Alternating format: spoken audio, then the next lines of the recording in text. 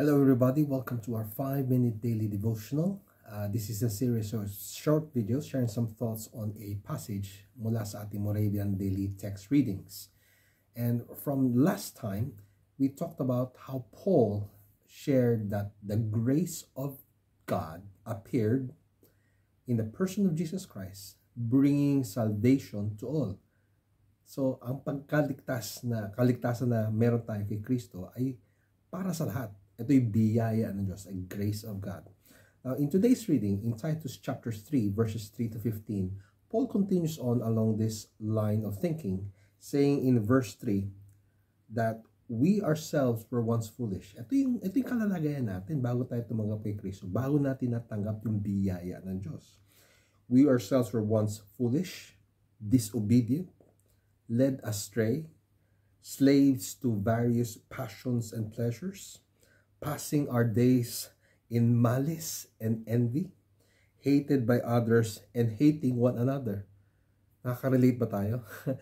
This is the situation of the human heart. Everybody went through that. But praise be to God, that's a biyaya ng Diyos.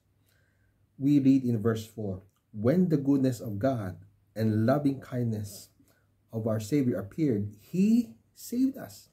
Niligtas tayo ng Diyos mula sa mga bagay na yun na ating nabanggit. Not because of works done by us in righteousness. Hindi dahil sa katwiran natin. Wala tayong ginawa para tayo maging katagap-tagap at maligtas. But ito'y ayon sa habag at awa, according to His own mercy, by the washing of regeneration and renewal of the Holy Spirit. Yung paglilinis at pagbabago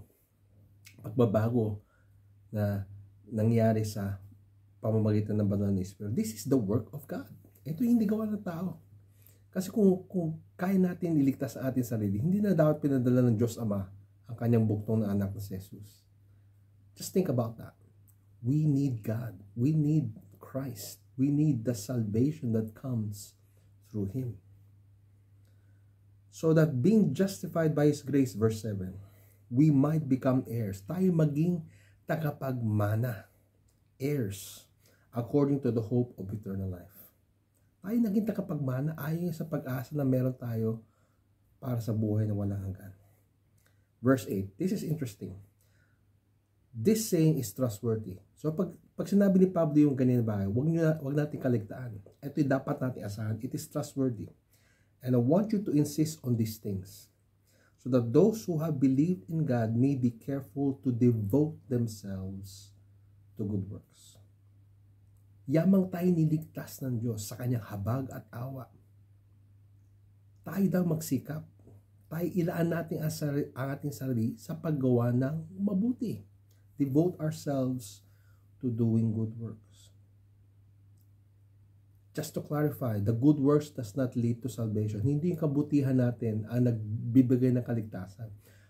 Ang kabutihan natin, yung mabubuting gawa natin ay bunga, the fruit, the result, the outcome from the salvation that we have received because of the grace of God. Dahil sa biyaya ng Diyos tayo naligtas, kaya tayo gumagawa ng kabutihan. Verse 9, here's the warning. But avoid foolish controversies, genealogies, dissensions, and quarrels about the law, for they are unprofitable and worthless. Walang saysay at walang kahalagahan. Walang pagpapalaga tayo dapat ibigay sa mga bagay na yan. Kasi it will just cause confusion. It will just cause division. In fact, in verse 10, as for a person who stirs up division, after warning him once and then twice, have nothing to do with him. Ngayon, kung may mga kilala kang nagkukos ng division, pag-aalitan, sabihin mo minsan, sabihin mo pangalawang beses. Kung ayaw pang makinig, have nothing to do with them. You are no longer responsible for their actions. Now, in the last few verses of Paul's letter to Titus, he was just giving instructions on how he goes about with the rest of his work. But as you read again this passage, this short letter of Paul to Titus, we can see that we are being urged to grab hold of the goodness of God and be led by His Spirit and by His grace to do good works. to glorify God, and to be a blessing to other people. Let's do that. Let's be mindful of what God has done and be intentional in doing God's good work.